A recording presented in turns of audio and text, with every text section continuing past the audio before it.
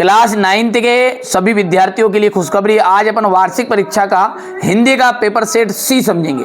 सुमित्रा नंदन पंत किसके कवि माने जाते हैं? छायावाद के। सर्वेश्वर दयाल सक्सेना किसकी रचना है? तो कांट की घंटियां है उनकी रचना।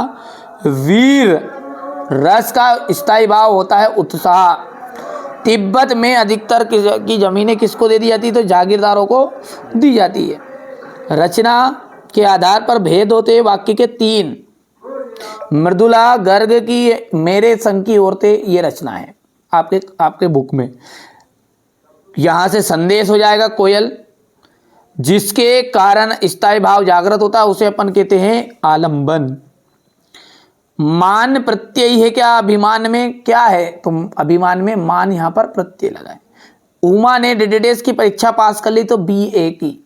देखो महादेवी वर्मा ने कविता का पाठ पढ़ाया, गाया, लिखा, सुनाया, तो उनको एक चांदी का कटोरा मिला था और जिसको उन्होंने गांधी जी को दे दिया था। एकांकी में कितने अंक होते हैं? तो एकांकी में 1 अंक होता है। आगे बढ़ते हैं और अगला देखते हैं। चारू चंद्र की चंचल किरणें, पहले का मिलान आपको करना है अनुप्रास अलंकार से।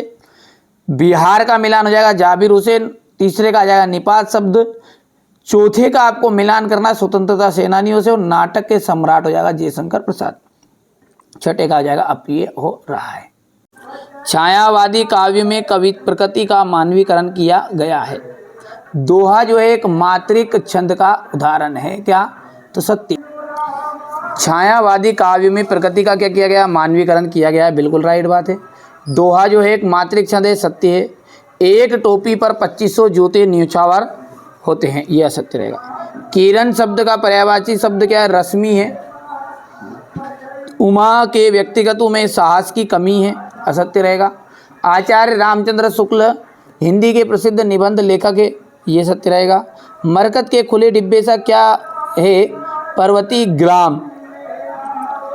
स्थायी भाव को जागाने वाले तथा उद्दीपित करने वाले कारक क्या कहलाते हैं? ठीक है भैया, विभाव कहा जाता है उन्हें। क्या कहते हैं अपन? विभाव कहा जाता है। ठीक है भैया। महादेवी वर्मा के परिवार में हिंदी को कौन लाया था? महादेवी वर्मा की माताजी लाई थी। उपसर्ग शब्द कहाँ से जुड़ा है? उपसर्ग शब्द कहाँ जुड़ा है? जुड़ता है शब्द के पहले। विवाह को बिजनेस कौन कहता है? गोपाल प्रसाद। ठीक है। नाटक को कितने अंक होते हैं? नाटक में बेटा अनेक अंक होते हैं, एपिसोड है ना। भक्ति काल की प्रमुख 2 विशेषताएं लिखिएगा। सगुण भक्ति काव्य धारा की कवि और उनकी रचनाएं लिखिए। कबीर ने ईश्वर को सब सांसों की श्वास क्यों कहा है? ब्रजभूमि के प्रति कवि रसखान के प्रेम किन किन रूपों में अभिव्यक्त हुआ है? कोयल की कूक सुनकर कवि की क्या प्रतिक्रिया थी? अहर और सनई के खेत कवि को कैसे दिखाई देते हैं? सुविधा और मनोरंजन के उपकरणों से बच्चे वंचित क्यों है? हथकड़ियों का गहना क्यों कहा गया है? हथकड़ियों को महाकाव्य किसे कहते हैं? हिंदी के 2 महाकाव्यों के नाम लिखिए। स्थायी भाव और संचारी भाव में अंतर स्पष्ट कीजिएगा। रूपक अलंकार की परिभाषा आपको देनी है। छंद किसे कहते हैं? छंद के प्रकार। जीवनी और आत्मकथा में अंतर स्पष्ट कीजिएगा। निबंध किसे कहते हैं? राहुल सत्याकृत्यायन की भाषा शैली की विशेषता है। हरिशंकर परसाई की 2 गद्य रचनाओं के नाम लिखिए। क्या आपको लगता है कि कहानी आज़ादी की लड़ाई की ओर संकेत करती है? पूरे क्वेश्चनों का सॉल्यूशन दूंगा, एक एक क्वेश्चन का है ना, घबराओ बता। तो संधि और समास में तो ये 2 अंतर बताइए। उपसर्ग और प्रत्यय में अंतर। बाढ़ की खबर सुनकर लोग किस तरह की तैयारी करने लगे? मृदुला गर्ग अपनी नानी से क्यों प्रभावित थी? कच्चे धागे को खींच रही है नाव। चलिए आगे देखते हैं। यहाँ से देख लीजिएगा आप बढ़िया से। इसके बाद में ये क्वेश्चन नंबर 19 आपका है, ये यहाँ पर। ठीक है भैया, इतना हो गया। अब क्वेश्चन नंबर अपन आगे देखते हैं। तो क्वेश्चन नंबर ये जो 20 है इसको ध्यान से देखेंगे, ये यहाँ पर है, अथवा हो गया। क्वेश्चन नंबर 20 को देखो, ये रहा आपका क्वेश्चन नंबर 21। विशेषताएं हैं आपका क्वेश्चन नंबर 6 में। तो भक्ति काल में क्या है? साकार तथा निराकार ब्रह्मा की उपासना है। रहस्यवादी कविताओं का प्रारंभ हो गया था। सस्त काव्य शैलियों का प्रयोग, लोक कल्याण का कार्य प्रशस्त करना और आध्यात्मिकता तथा सदाचार की प्रेरणा। हो गया। क्वेश्चन नंबर 6 का फिर ये अथवा है, ये यहां से देख सकते हैं आप। क्वेश्चन नंबर 7 है, कबीर ने ईश्वर को सब श्वासों की श्वास में क्यों कहा गया है? ब्रजभूमि के प्रति कवि रसखान का प्रेम किन किन रूपों में अभिव्यक्त है? कोयल की कूक सुनकर कवि की क्या प्रतिक्रिया थी? ये क्वेश्चन नंबर आपका हो गया। यहां से क्वेश्चन नंबर 8 को आप देख सकते हैं बढ़िया से। यदि बात करें अपन क्वेश्चन नंबर 9 की, तो ये यहां से देखने को मिलेगा इस तरह से। ये इसका अथवा वाला प्रश्न है ना, बढ़िया से कंप्लीट कर लो, है ना। जिस बच्चे को वास्तव में अच्छे नंबर चाहिए ना, मैं जितना बता रहा हूँ उतना कर लो, भले अलग से पढ़ो, कोई दिक्कत नहीं है ना। पर आप जितना बताए पहले वो तो कंप्लीट करो। स्थायी भाव और संचारी भाव में अंतर हो गया है ये। रूपक अलंकार की परिभाषा उदाहरण सहित।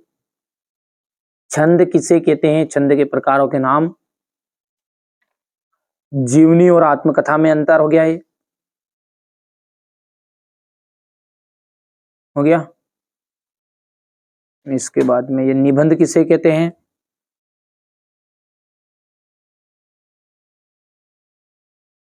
इसके बाद में ये क्वेश्चन नंबर 13 है आपका। हरिशंकर परसाई की 2 रचनाओं के नाम लिखिएगा। क्या आपको लगता है कि कहानी आजादी की लड़ाई की ओर भी संकेत करती है?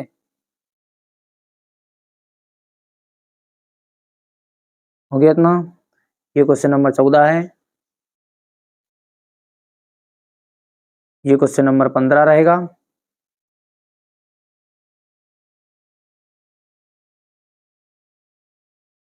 ठीक है। क्वेश्चन नंबर 15 के बाद में ये क्वेश्चन नंबर 15 का अथवा। यहां से क्वेश्चन नंबर 16,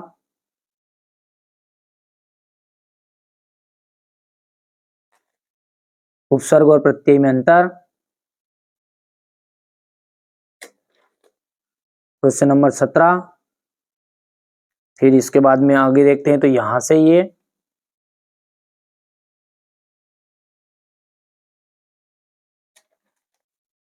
अब क्वेश्चन नंबर 18 आ गया है यहाँ पर, है ना।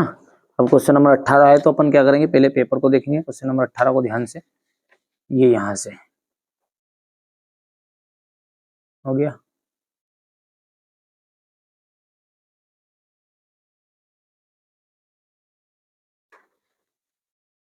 ये यहां से क्वेश्चन नंबर 19, ये क्वेश्चन 20, ये 21,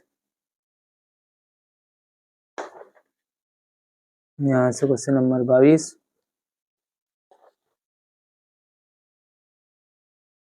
ये 22 हो गया, और ये क्वेश्चन नंबर 23। ठीक है भैया, ये अपना पेपर हो गया है। 18वें क्वेश्चन से अपन यहाँ से अब सॉल्यूशन देखते हैं। संदेह प्रसंग और ये भावार्थ।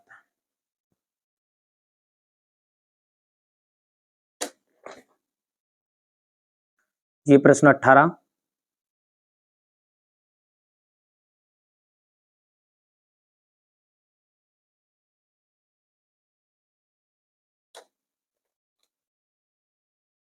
यहाँ से क्वेश्चन नंबर 19, व्याख्या।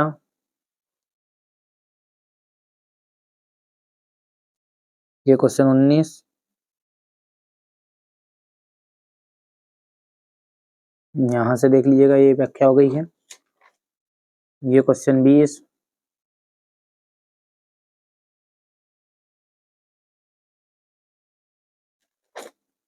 क्वेश्चन 21, वैसे बता ही दिया है। क्वेश्चन 21 में आपका क्या है, अपडेट ध्यान से है। क्वेश्चन नंबर 21 है ना,